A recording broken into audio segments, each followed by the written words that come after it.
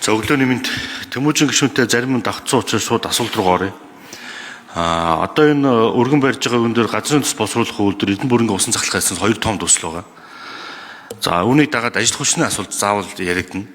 Гэтэл бид нар яг энэ газрын тус болон усан цахилгаан станц дээр шаардлагатай Монгол инженеруудыг бэлтгэж чадж байгаа юу гэдэг нэг асуулт байна. Чадж байгаа бол хэдэн оюутан, хэдэн мэргэжлийн хаана, яаж, ямар хэмжээний зарлаар бэлдэж байгаа гэдэгтийг хариулаад өгөөч. Сүүлийн жилүүдийг ингээ харах юм бол Монгол улсаас гадаадаас ажиллах хүчний тоо сүүлийн жилд өмнөх жилээс дандаа 30% өсөлттэй байгаа. Шинэ 2025 онд дунджаар 16,027 иргэн дунджаар шүү. Монгол улсад гадаадаас хөдөлмөрийн гэр ирж ажил эрхэлсэн бол яг өнөөдрийн байдлаар 11,814 болчиход байна. 2025 оны 3 сарын 1-ний байдлаар оргил үеийн буюу 23,821 хүн гаднаас ирж ажилласан байна. Тэгэхдээ Монгол улсын ажил үйлдвэрийн төвшин өөрөө 5.6%. Нийтдээ ажилтгүй 200,000 орчим иргэн байгаа. Тэгэхээр ажилтгүй иргэдийн ажлын байрыг хэрхэн хамгаалах вэ? Үүн дээр ямар бодлоготой байгаа вэ гэдгийг тодруулах гэсэн. За энэ хоёр төслөөр хоёулын дээр нь ажил хүчний харьцаа гадаад Монгол иргэдийн харьцаа хэд байгаа юм? Инженер техникийн ажилтны харьцаа хэд байгаа юм? Удирдлагын багийн түвшний харьцаа хэд байгаа юм? Цалингийн ялгаа хэд байгаа юм гэдгийг бүр яг нарийн детальтоо мэдмээр байна. Яагаад ингэ асуугаад байна вэ гэхээр энэ хоёр чинь магадгүй тодорхой хугацаанд ашиглалтанд орно. Ашиглалтанд орохоор үргэлжлүүлээд аваа явах Монгол мэргэжилтнүүд бэлтгэж байгаа юу? Ажил хүчгүй болоо зогсчих вэ гэдэг нэг юм бас айдас ирмэлзэл байна. Тэгэхээр энэ дээр нэг тодорхой хариулт өгөөч. За нөгөө талдаа дахиад 3 дахь асуулт нь сангийн сайдаас байна. Энэ хоёр төслийн анхны төсөвт хүртэг өнөөдрийн байдлаар хэдэн хувиар өсөн нэмэгдсэн байна? Анхны тээ зүүнээс шүү. За ингээд анхны төсөлт хүртэг болон ажил хүчний талаар одоо хүн ам нийгмийн хамгааллын хариулах уу? Хаанах хариулах юм бол энэ дээр хамгийн гол зүйл бол бид нар бол ажил хүчин шүү дээ. Эргээд үлдэн энэ үйлдвэр бидэнд үлдэн хизээ нэгэн цаг татвар төлөгчдийн мөнгөөр энэ зээлийг бидэнд төлжилт дуусгана.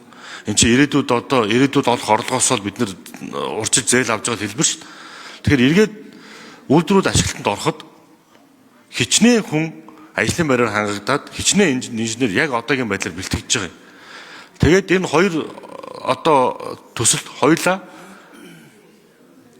яг хэдэн оны хэдэнд одоогоор ашиглалтанд орохоор төлөвлөж байгаа юм.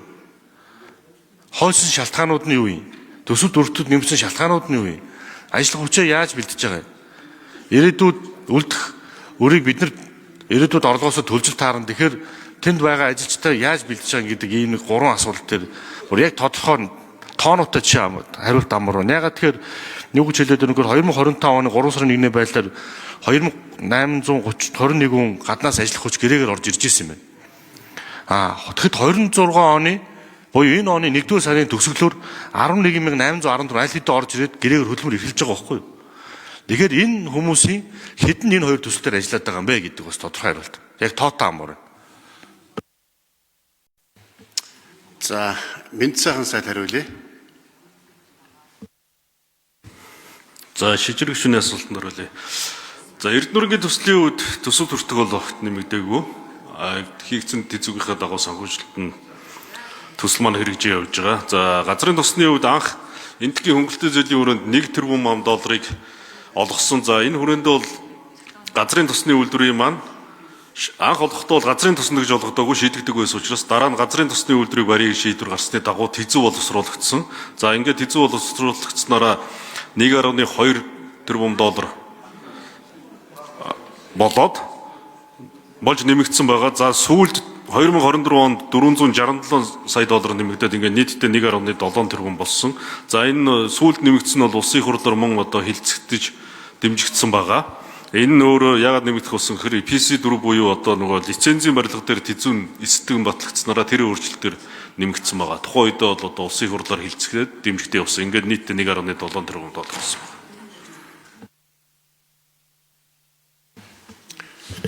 За, цэндийн за ажлын хэсэг хариулъя нэмж. Дамдним сайд дараагийн асуултанд бас юу хэлж байгаараа. За, шижрэг гишүүнд газрын тосны үйлдвэртэй холбоотой асуудлаар хариулт өгье. Нэгдүгürt бол яагаад энэ ашиглалтын асуудал яригдаад байгаа вэ гэхээр бид нэр одоогийн байдлаар зээлийн 25.6%-тай л ашиглаж байгаа. Гүйцэтгэл ер нь бараг 50% рүү хүрсэн явж байгаа. Төсөл ингээд удаад байгаа юм шиг яригдаад байгаа боловч яг бодит байдал дээр хөрхөө 21 онд эхлээд анхны санхүүжилттэй жил 3 сарын дараа авсан байдаг байхгүй энэ хүмүүс. Яг бас энэ төсөл хэрэгжүүлэгчийн доо юмыг сонсвол бас түүхтэй өргөе. Өөрөлдөл бас манай хүнд суртал дээрээс нь ингээд нэг юм одоо цоо шин салбартаа зурлаж байгаа учраас мэдхгүй юм ихтэй. Зураг төсөл нь байна одоо. Зураг төслийг нь жишээ нь бүтэн зохицолбороор нь хүлээж авна гэж барилгын хөгжлийн төв ингээ гацаацсан. Гэртэл уг нь бол тэрний чинь одоо шугам хоолоо, суур бүтэцгээ тус тусд нь аваад яваад байдаг дэлхийн жишгтэй. Энэ асуудлуудын шийдэл явж байгаа. 550 шууд ажлын байр бий болно. Шинжилгээ ухааны технологийн их сургууль дээр 51 хүний тэтгэлэгтэй байнгын одоо За хариултаа дуусгач. Дамжин сайд. Шинжилгээ ухааны технологийн их сургуулийн дээр одоо 51 хүнднийг одоо тэтгэлэгтэйгээр сургаж байгаа. Өчигдөр гэхэд гүйцэтгэгч компани болон менежментийг хэрэгжүүлж байгаа, төслийг хэрэгжүүлж байгаа удирдах компанитай уулзаж 4 асуудлыг ярьсан. Нэгдүгээр асуудал энэ асуудлууд дотор ямар асуудлууд яригдсан бэ гэхээр ийм асуудлууд яригдчих.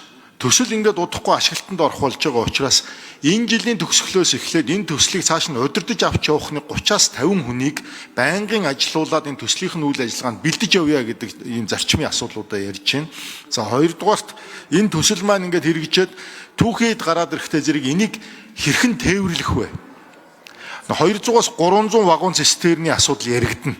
Тэгээ Монголын аж ахуй нэгжүүддээ энийг яаж зохицуулах вэ гэд төслөө хэрэгжээд эхлэхэд бэлтгэл ажлыг нь хангах тухай асуудал. 3-дугаар төсөл хэрэгжээд дуусангууд эргэлтийн хөрөнгийн асуудал гэдэг асуудлуудыг бэлтгэх чиглэлийн ажлууд ингээд эхлээд явж байгаа.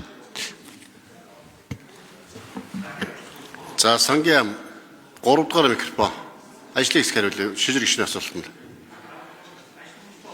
Ажиллах хүчтэй холбоотой.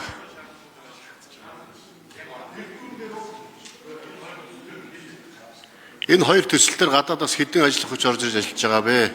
Цаашдаа энэ гадаад ажиллах хүчний талаар бас ямар хөө бодлого байгаа вэ гэдэг асуудал эргэж байгаа. Шижрэг гишүүний асуултанд хариулъя. Сангийн амтлаг жаргал. Тэгэхээр газрын төсний боловсруулах үйлдвэрүүд дээр бол одоо яг 2500 ажилчин ажиллаж байгаа. За ер нь энэ жил яг энэ санхүүжилт зээлийн ашиглалт нэмэгдэхээр нийтдээ 4500 хүн үйлдвэр дээр бүтээн байгуулалтын дээр ажиллана гэж тооцоол явж байгаа. За үйлдвэр ашиглалтанд орсноор хамгийн багадаа 700 яг ажлын байр бий болно. За Эрдэнэ мөрөнгө усан цахилгаан станцын хувьд бол үйлдвэр станц маань ашиглалтанд ороод 870 хүн яг ажлын байр бий болно гэсэн тооцоол байгаа.